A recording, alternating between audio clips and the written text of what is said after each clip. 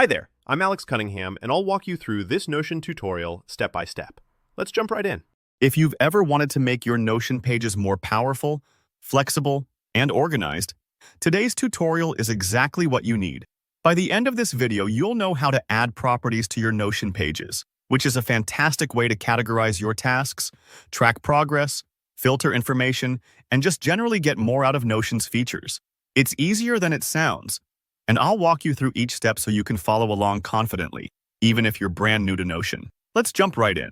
So, you're on your Notion page, and you want to add properties. The first method starts by typing /database.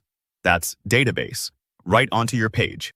This quick command will bring up Notion's options to create a new database, which is kind of like building a table or list where you'll store data or notes. Think of a database as the backbone for organizing complex projects or even simple to-do lists. Once the database appears, look for the plus button. It usually sits at the top or side of your table, and it's the key to adding new properties. Go ahead and click that plus button. Now, you'll see a drop-down menu of different property types you can add. Properties are things like status, tags, dates, numbers, or even files. Each one lets you sort and filter your database in different ways. For example, if you're making a book database, you might add a genre property so you can quickly see which books are mysteries or romances. Or, if you're managing a project, maybe you'll add a due date property to help keep track of deadlines. Take a moment here to look through the available property types and select the one that best fits your needs. Don't worry if you're not sure which one to choose just yet. You can always add, remove, or change properties later.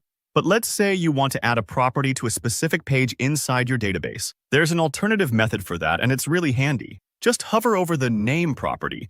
That's usually the first column in any Notion database, and it represents each row or item, often a page itself. When you hover over it, you'll notice an Open button, or you can simply click on the name to open the detailed page window.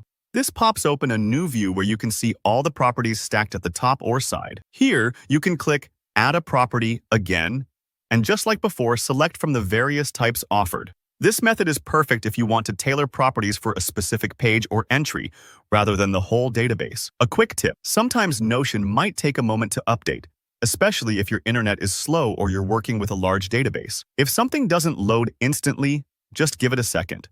And remember, it's totally normal to experiment with different property types until you get your workflow just right.